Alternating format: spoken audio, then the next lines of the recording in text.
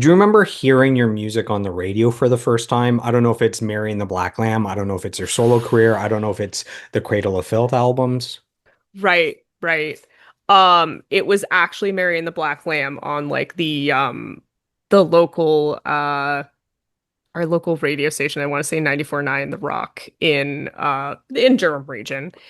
And it was just such a wild experience. And we even had people who never heard us before, like messaging us on MySpace and Facebook and being like, I just found your band. This is so cool. And I was like, wow, like that was intense. Now, did we get like heavy rotation? No, but I didn't get a chance to experience that again until Cradle of Filth's Hammer of the Witches came out, and it was like it was heavily on rotation on the Sirius XM channels, like Octane and Liquid and stuff like that.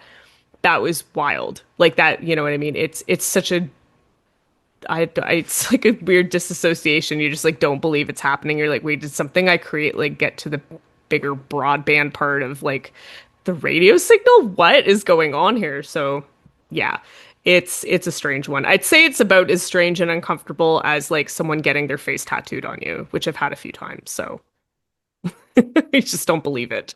You're like, is this pinch me? Is this a dream? Is this actually happening? You know? And the solo album is what caught the attention of Cradle of Filth. Yeah, that first EP is like it kind of acted as like a resume. Um and it was like it like again, it's like the proof of like you need, you know what I mean? Like you need to have your music recorded and out there or else people can't really get to know who you are. Um, but it was if I didn't have that EP, I don't think I would have gotten into Cradle of Filth because they wouldn't have been able to see like, oh, like she's actually like a proficient, that was the word I was looking for before, proficient Good pianist word, and solid writer. word. Yeah, that's what they say at school, right? Um, but yeah, it was, you know, when they were looking for a new keyboardist, that was like the thing that they listened to, like, well, she's got all the good, she knows what she's doing. So it definitely helped. It was strange, like that Mary and the Black Lamb album got me into this community of female singers in metal who were doing a lot of like charity work and article writing and supporting other women in alternative music. And through someone in there, I got my connection to Cradle of Filth, but like it was because like like the original guitarist who was hiring keyboardists and backing vocalists, like he heard that EP and he's like, yeah, no, she knows what she's doing. She could do this, which is cool. So it's through that person that you found out that they were looking for a new member? Yeah, it's a wild story. I mean, I feel like I've told this story so many times, but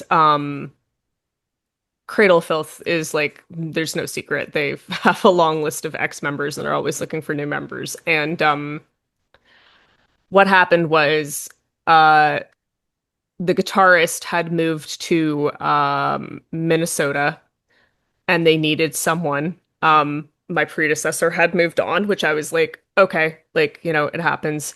I know her now. She's cool. She's still out there rocking, playing in bands, like good for her. And he had searched locally for an opera singer because I think what I was told was at the time Cradle wasn't looking for a keyboardist anymore. They were just going to put everything on the backing track and they were just going to have like kind of like what Sarah Jezebel Deva did in the band. And they'd have like a singer. And the guitarist Googled and found my friend Melissa Furlack, and she's really well known for being in the band Visions of Atlantis along their journey of finding their permanent lead singer. And she was offered the gig, but she just said, you know, where she was at in her life, she couldn't do it. So she recommended me, and then they reached out to me, and like the rest is history. But that was wild. It just goes to show like community is everything, and like having your music recorded and out there is so important too. Not just for you, it's important for the listeners and people to have something to relate to. But, you know, if you're wanting to move up and along in the industry, it's good to show people like what you can do. Did you have to audition for them, or was your album enough for them to go, yeah, she's the one? It was a bit of both.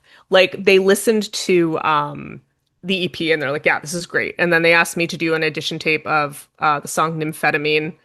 So I just sat there in my bedroom with like my camera phone and I recorded me singing and playing my own version of Nymphetamine on the piano. And they're like, yeah, she's great. Like, we'll take her, sure. Which is weird because like they're a band from the UK. Like what business do they have hiring a Canadian? But then again, you could say that about Arch Enemy and them getting Elisa, right? It is what it is. So you hadn't even met them and they had already said, yeah, for sure you're the person. It was kind of like that. I mean, I had to fly out to Minnesota, which is great because I got to see and stay with my friend Mel. Um, but I went out there to meet the guitarist and we sat there for 2 hours and we went over the set and I was like, are you auditioning anyone else? Like, should I leave university? Like, what's going on here? He's like, oh no, he's like, I like you, you've got the job. And I'm like,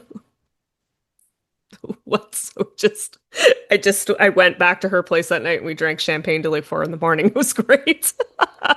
What was the range of emotions that moment where you found out that for sure you were going to be a part of this huge band that already had 10 albums, that had all these singles, that played massive shows, that sold millions of albums? What was that moment like?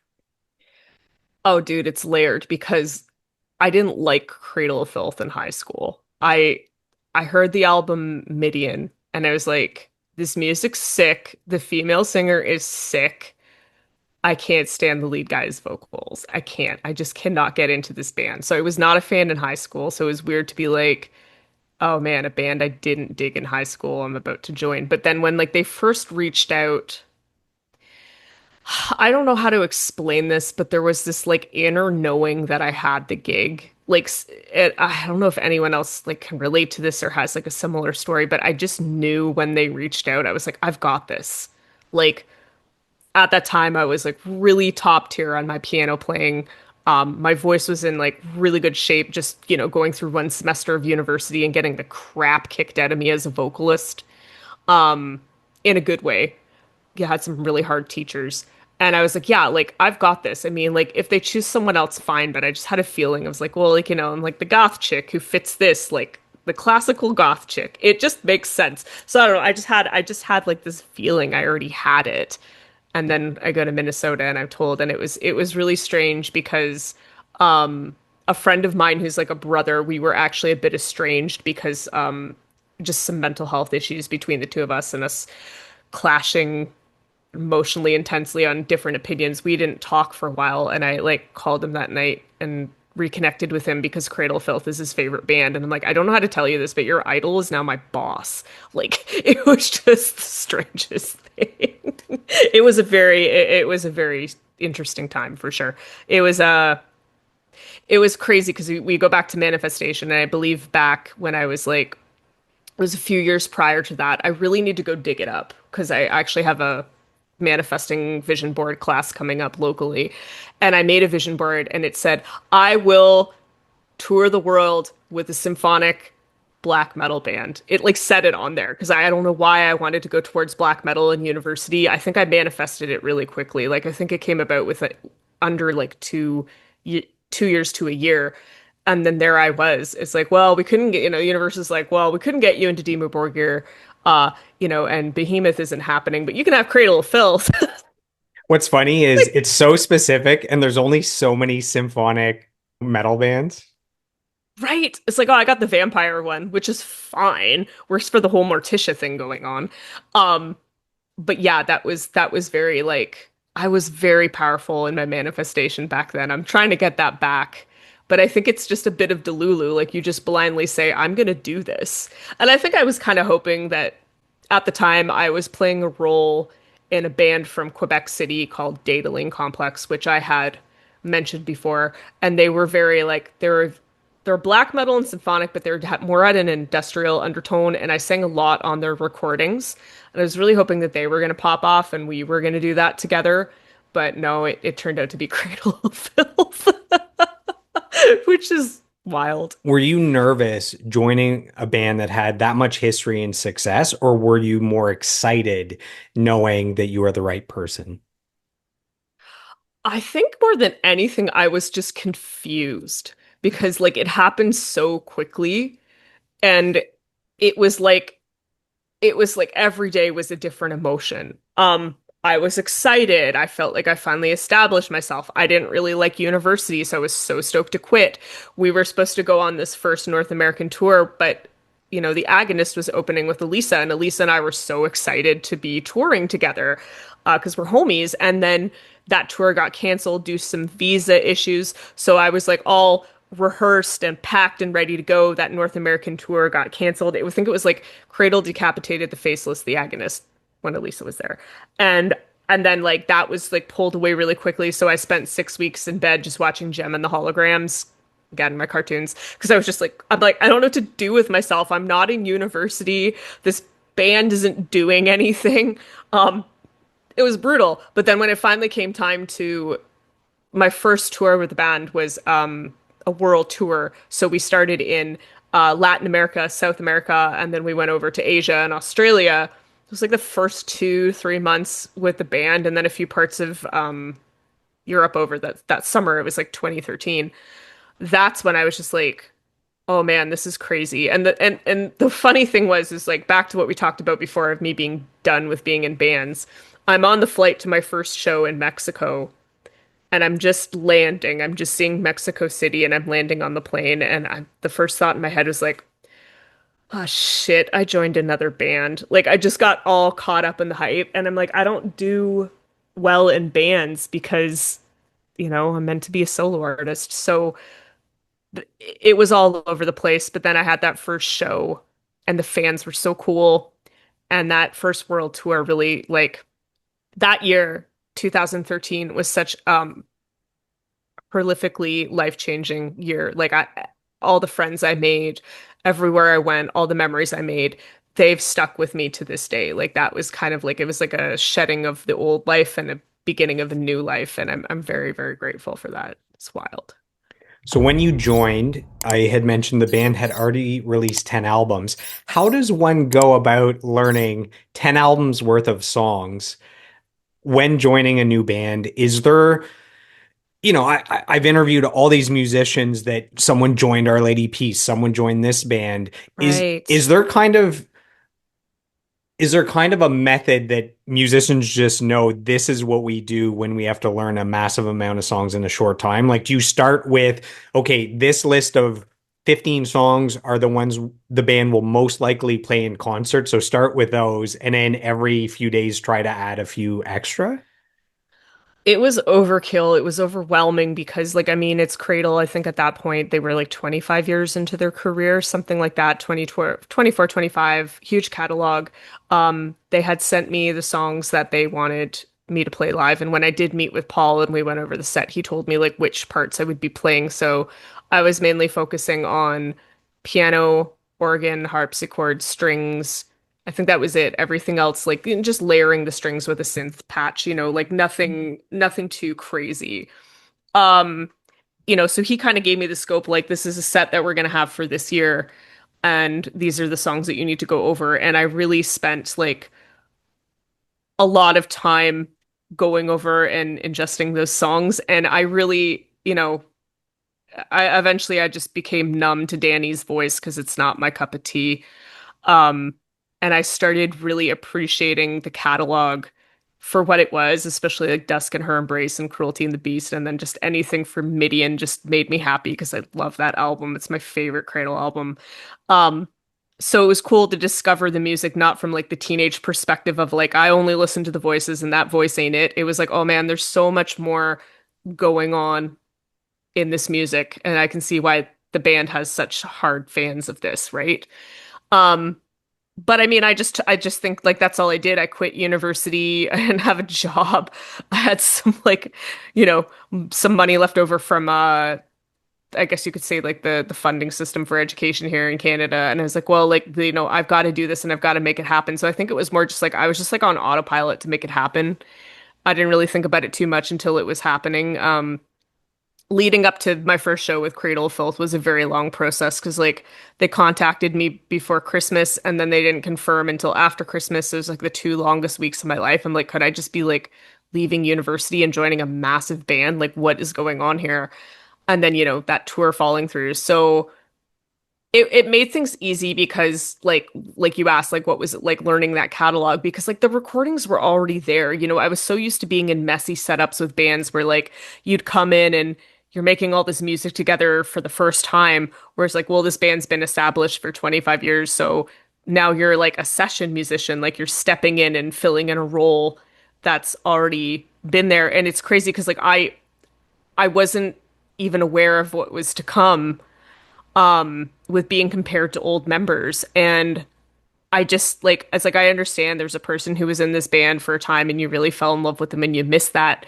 But like, it was a time of it was my first real taste of like getting punched down on by the internet for just being yourself. And I'm like, this is stupid. But it gave me like tough skin, a hard shell at the end of the day with like internet comments.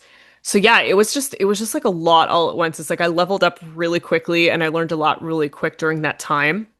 But it was kind of one of those things where like I can see why a lot of people would just like have a panic attack and give up and quit, but I just said like no, like you've committed to this and you have to make it work. So you're going to put in as many hours as it takes to make this happen. And that's how I made it happen.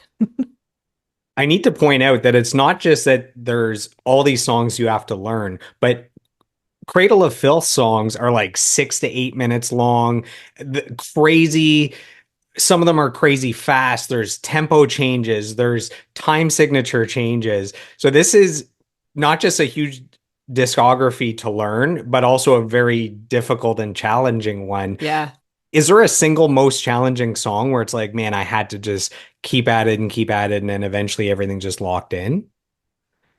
I mean, luckily I had the classical training, so I was used to like odd time signatures and like ebb and flow of tempo and long pieces of music that could go on forever.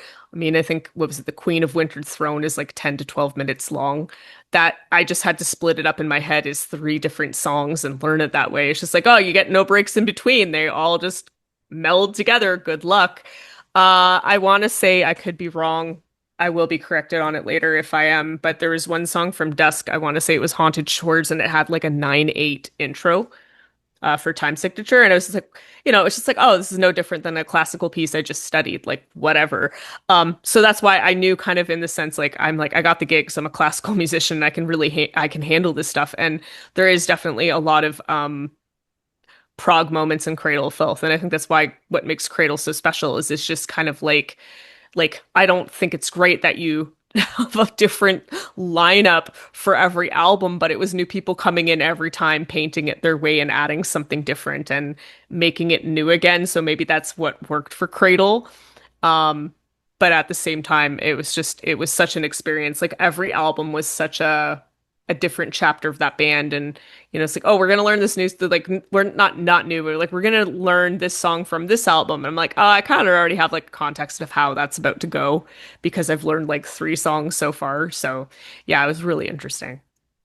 So let's quickly dive into the two albums that you recorded with Cradle of Filth, and then we'll get back to your solo album. You have some exciting stuff that just released. You have some exciting stuff coming up, so I definitely want to get to those.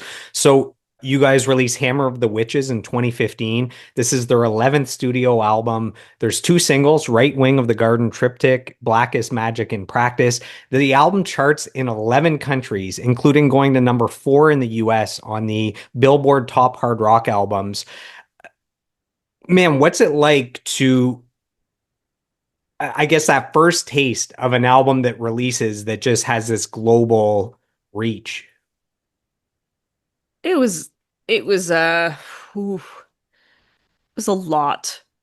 Um, I want to say it took about a year and a half to write and record that album, and we were all hands on deck, really into making it happen.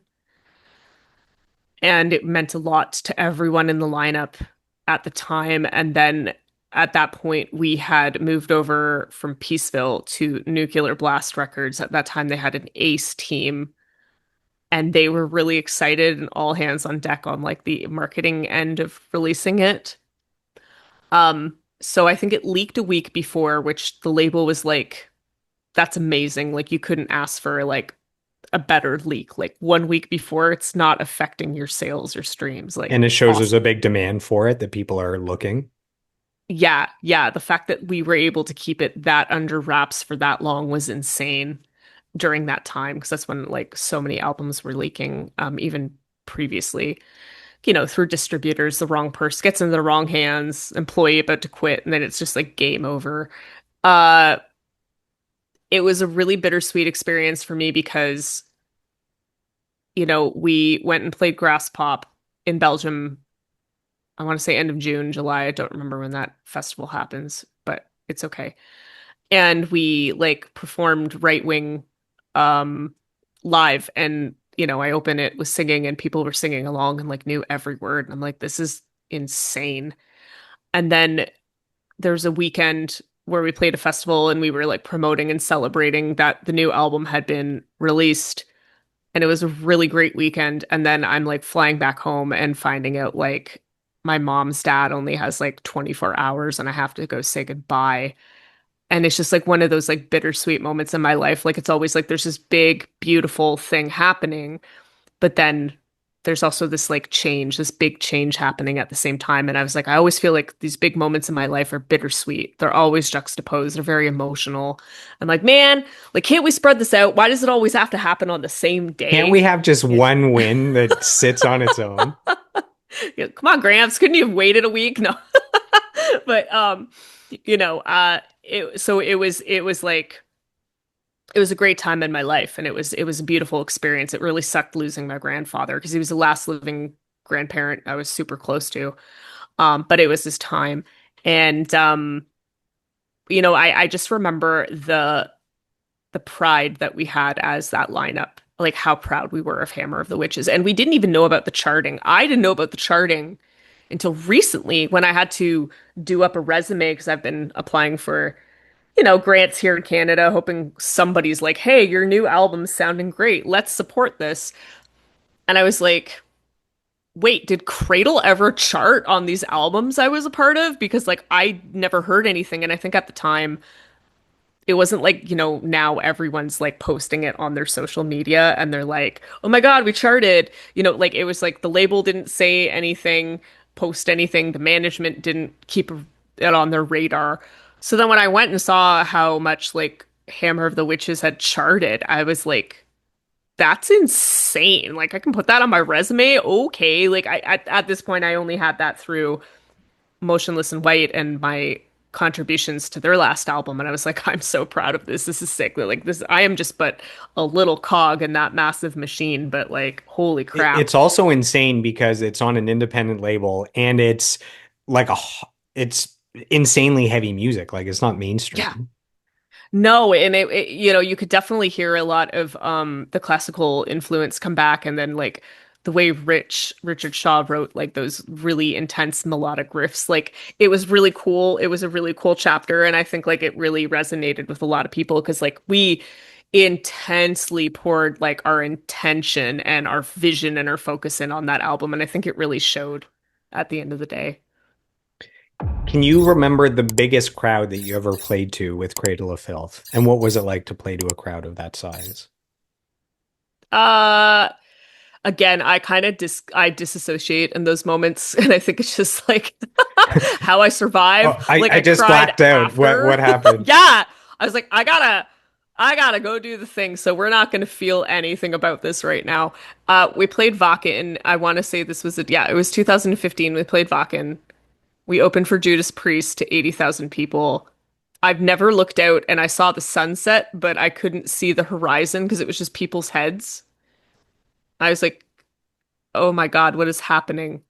And we went up and we played the set, and it was really great. I had a really good time. My best friend, she goes to Vakken every year. She's just coming back right now. And she found a way to like bamboozle the security guard to let her up on the the viewing part of the stage. Like she got like some VIP stuff just by being like, "That's my best friend. Look, she was my maid of honor. I want to go." Like she just liquid courage. She Very just went for lax it. security. Yeah, it was like, okay, like can anyone say that? Like whatever. It was so funny. She went up and then she got to high rise balcony and I remember seeing her and it was cool because like um just some side stories of that massive show we played. Um the band that won the Vakken Metal Battle that year was Vesperia from Oshawa, like my scene. So my homies were there and they won and they were watching the set. So I had people from Oshawa in the front row watching me. My best friend was there. Um, it was unbelievable. It sounded great. It looked great. There was no rain because that's a thing with that festival. And, finally when it was over and I got off stage and I guess you could say like wrapped up with the crew because just making sure everything got put away and packed properly. I came down the stairs and I saw my best friend and my friends from Oshawa, and we just started crying and hugging each other because they're like, dude, you did it. Like, you did the thing.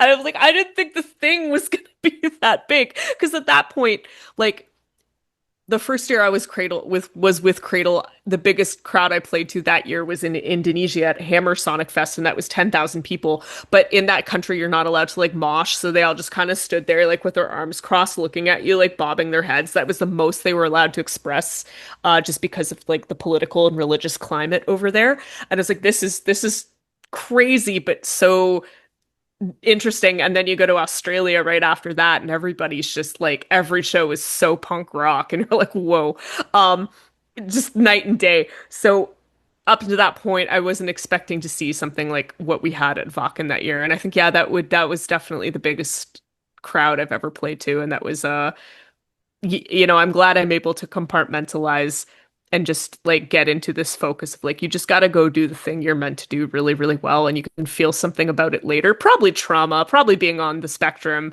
but like thank God for that because I know some people they would just be in that position of like I can't go on stage, like I can't do it. I'm like, no, you can disassociate now. The two singles for that album, this is the final question for this album, then we'll move on. The two singles had big budget music videos that each have millions of views online. What was your experience like on these big budget music videos? This is something different for you. Yeah, I mean, it was hard work. It was always cold. It was the cold months of England.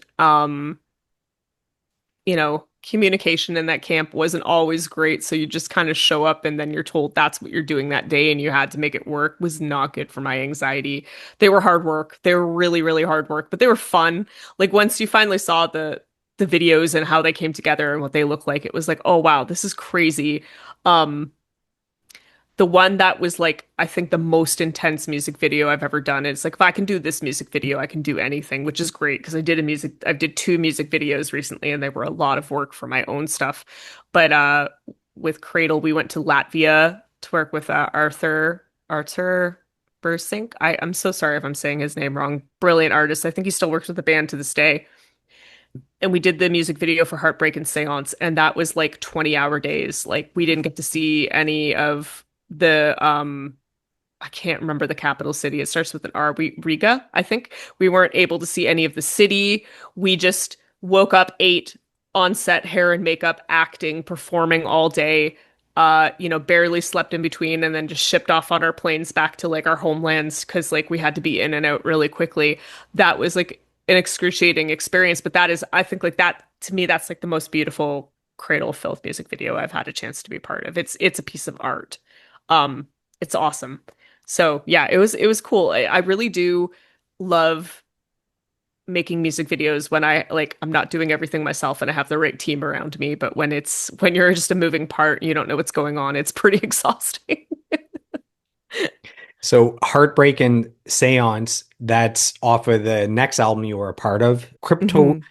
as you butchered the other guy's name, possibly I might butcher this album. So Kryptoriana, The Seductiveness of Decay. This comes out in 2017. Perfect. The other two singles are You Will Know the Lion by His Claw, which is an awesome title, and Achingly Beautiful. This album charted in 13 countries. Did you feel pressure to try to follow up the massive success of the last album? I didn't because things were changing in the band at the time, and I didn't really have much of a big writing part in that album. I definitely wrote some stuff and presented some ideas, but they were mostly rejected because they just had an idea of what they wanted that album to be like, and I didn't have a part in it. So I just stepped away and I was like, okay, like if I'm not like I was kind of bummed and sad at the time. I think I was writing stuff very much still kind of in the vein of what like Hammer of the Witches was doing. And they, I think, more wanted to focus on, if I remember correctly, like the band up and the harshness of the band and the extremity of the band. And I was like, okay, like that's fine. Like you do you. So I'm not like as emotionally attached to Kryptoriana. I don't have as many like, heartfelt, cute little stories about Kryptoriana because like I wasn't as attached to that album. It was like a might have to do with some trauma. It was a lot of rejection on that album for me. So I just let it be what it was. But like, hey, I got to still come in and like narrate some stuff and like I came in with a crayon and drew and a little piece of Lindsay here and there, but it's very sparse. Um, so, it's a cool album. I barely remember some of the songs. I know it had a 10-minute long one on there for some reason, typical Cradle style of doing things. Um, but yeah, it's kind of, I don't know, I can't even compare it to anything else I've been on because it was just more of like, yeah, I'm in this band, but like I'm not really part of this new album. And that's okay because I think that happens, you know, album year by year. Sometimes certain band members are just like left out of the process and they're like, I was trying to contribute, but what I was bringing to the table is not what the direction of that album was. And we as creatives, sensitive creatives, we take it so personally, but I don't think it's personal. I just think it's like what the collective wants at the time, and that's like totally okay. In February 2020, you leave Cradle of Filth after 7 years with the band. That brings us to part two Yeah. of your solo career.